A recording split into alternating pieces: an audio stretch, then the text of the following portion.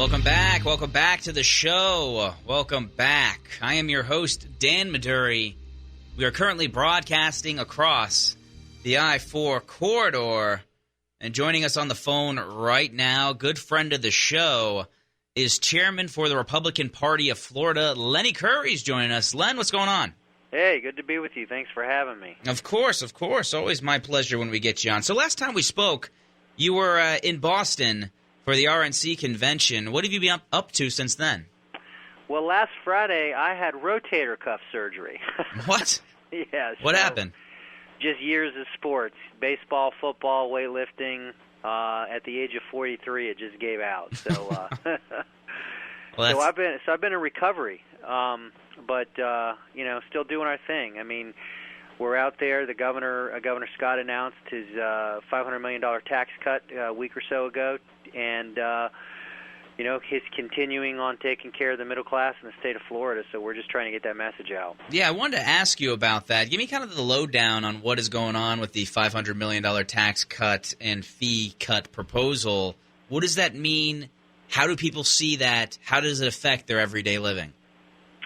Well, he's proposed $500 million in tax cuts, and the specifics of that will be ironed out in the weeks and months ahead, because he's basically going on a tour encouraging Floridians to talk to their elected representatives. Obviously, this stuff has to go through the legislature, and to come up with the best way to cut these taxes and or fees.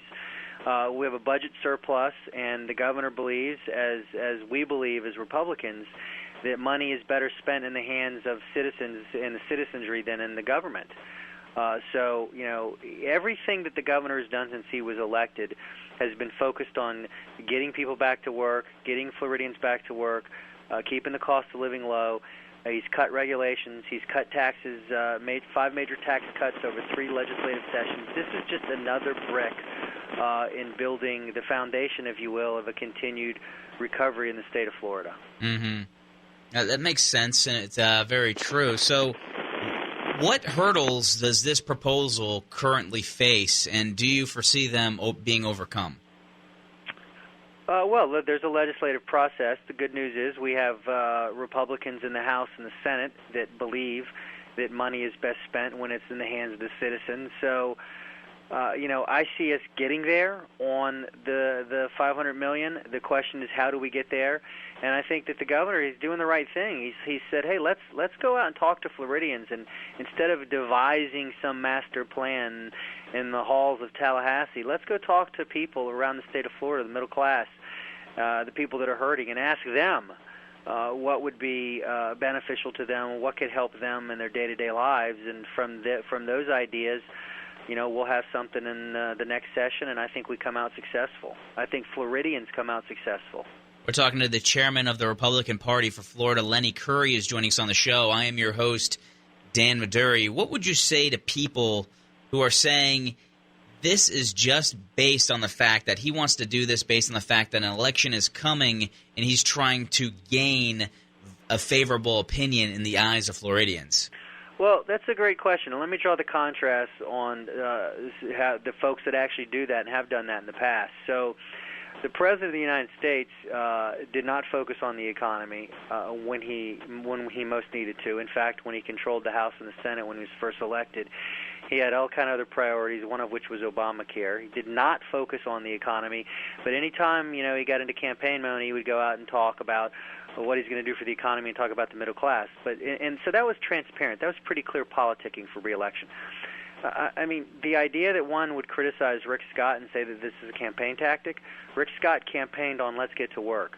Rick Scott came into office and immediately cut regulations. He immediately began cutting taxes. I will remind people that 5 major tax cuts since he's been elected. So this is consistent with the way that he's governed and consistent with the fact that over 370,000 Floridians have gotten back to work under Rick Scott.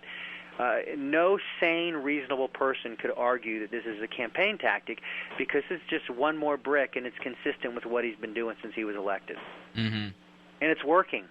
Yeah, that seems to be the main. Is that brand working for the Republicans? Because every tweet they send out, every interview I hear of them, they always come back to that's it's working type of verbiage. Is that the message, the overall message that the Republican Party is looking to push throughout the state of Florida?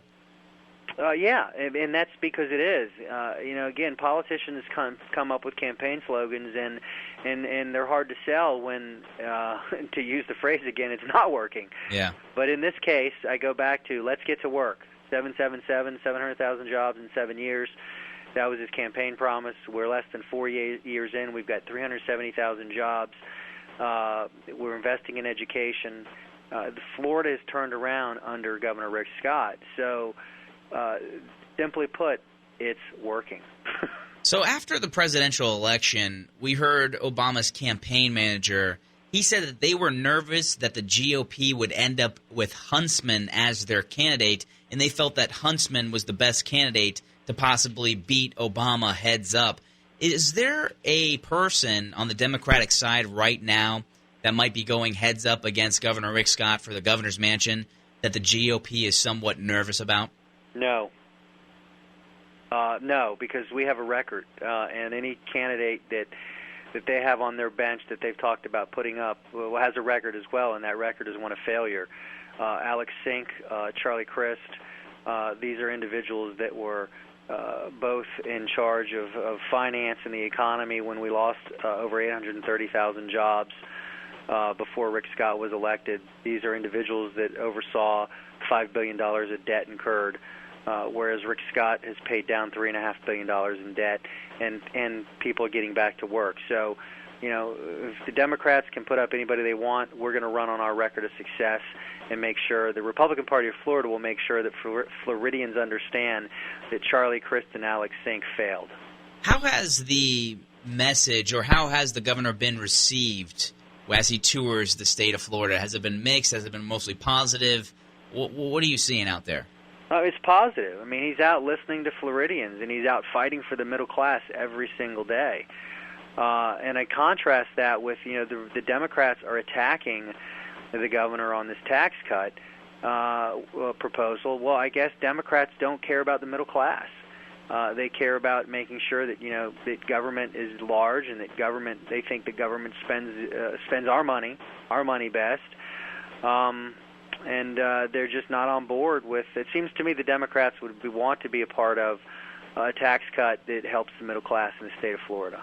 I was talking to one political analyst earlier this week, and he said that the RPOF would consider it a gift if Charlie Crist ended up being the candidate for the Democrats, based solely on the fact that he thinks that would infuriate the Republicans and get them out to go and vote for Rick Scott.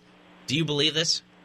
I think it would that Charlie Crist would infuriate a small percentage of Republicans.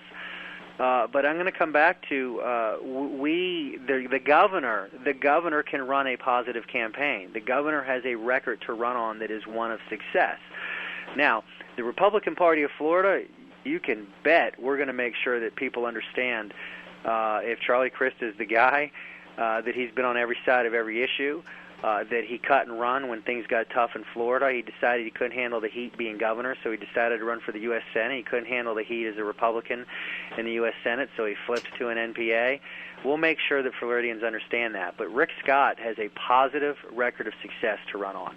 Chairman for the Republican Party of Florida, Lenny Curry. Lenny, thank you so much for joining us once again. It was a pleasure. Thanks for having me.